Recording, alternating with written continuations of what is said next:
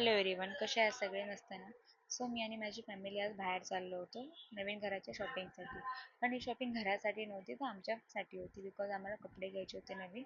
आम्ही जी घराच्या पूजेची date fix केलेली आहे त्यामुळे फर्स्ट आम्ही आलो मम्मीला साडी घेण्यासाठी. सो इथे खूप जास्तच व्हरायटीज होते आणि त्यामुळे आम्ही खूप जास्त कन्फ्यूज झालो होतो. स्टील आम्ही चेक करत होतो की कोणती साडी चांगली असेल कोणती नाही. मी माझ्यासाठी सुद्धा बघत होते पण मला काय एवढं खास वाटलं नाही.